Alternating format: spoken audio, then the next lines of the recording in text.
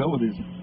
Yeah, because I see so many clients, and I can tell that they are having changes in their lives, and the veil is definitely getting thinner. Sure.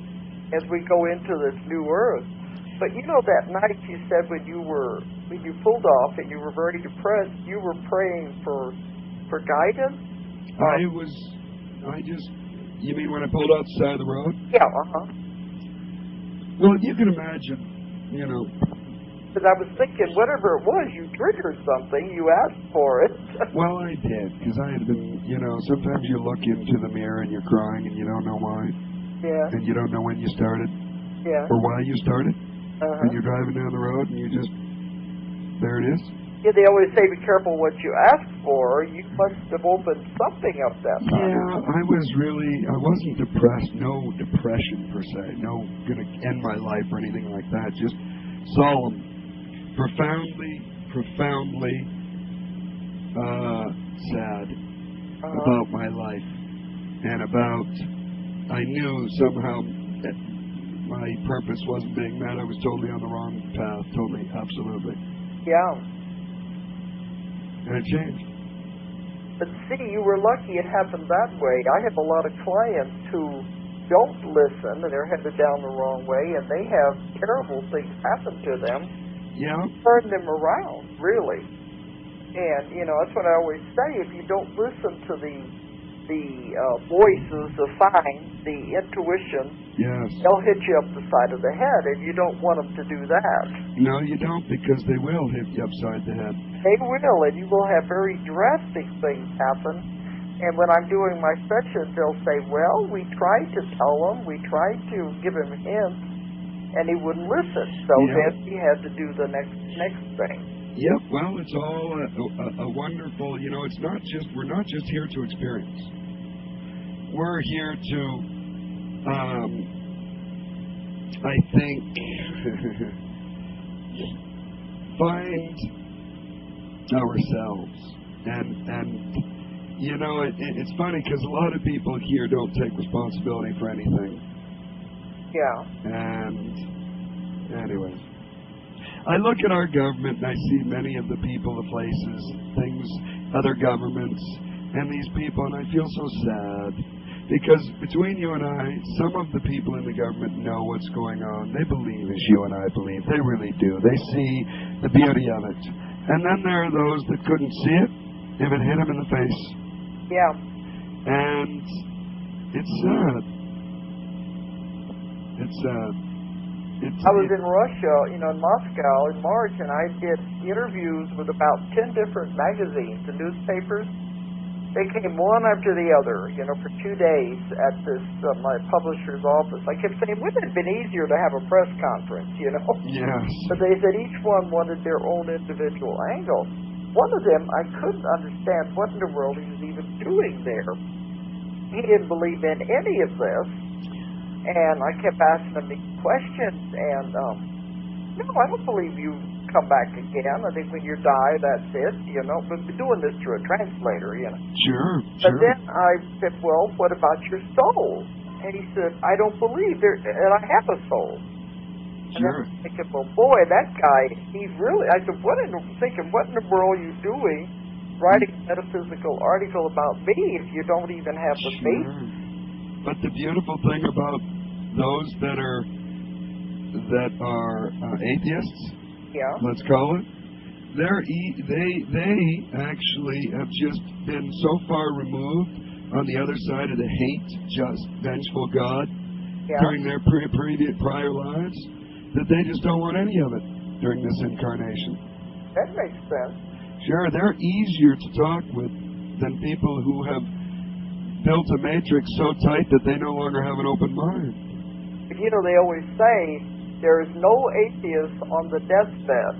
So they're dying, all of a sudden they begin to change their mind. Sure.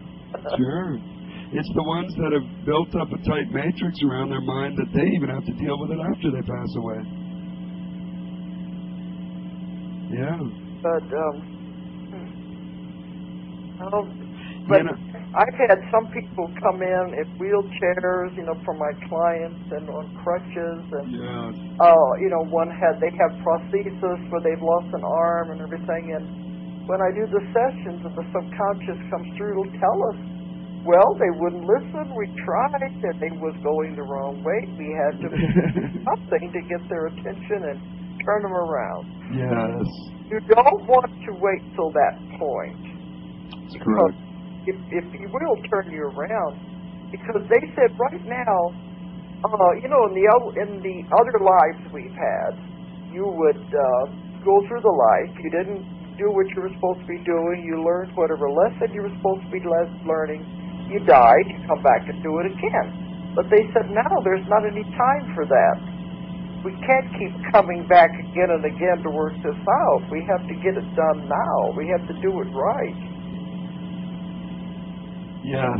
You understand what I mean? Oh, yes, absolutely. That there's no time for this coming back again. I agree, absolutely. That's why they're doing these drastic changes in the person's life. Well, see, a lot of people don't, maybe don't factor in, and maybe they do, but free will is determined by an individual, it's determined by a group of individuals, then it's determined by a humanity, and then it's determined by different cultures and races from all around the universe, and then there's the global will, free will. Yeah.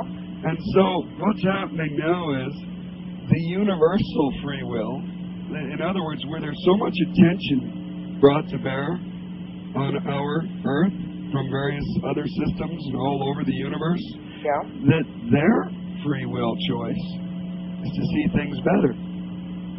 So is ours. So really, it's almost like you really can't get around it. Things are going to get better by decree. It's free will. And free will has chosen that this is the way it shall be.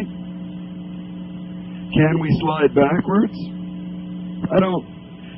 I think this is inevitable. It's just change. And it's our destiny. It's what the free will wants. Yeah, because that's what I found in my work, which I haven't even talked about a lot of my books yet on these programs, but when I'm working with the ETs and everything about the seeding of the earth in the very beginning, they said, give this planet a creature with intelligence and free will and see what he does with it. See what he does. It was a grand experiment. Because a lot of the other planets don't have free will like we do. It's all different lessons on each planet. But they said, give it free will, and that's why they can't interfere. Well, they have to sit back and say, well, okay, what's he going to do with it? Interesting. I kind of believe that free will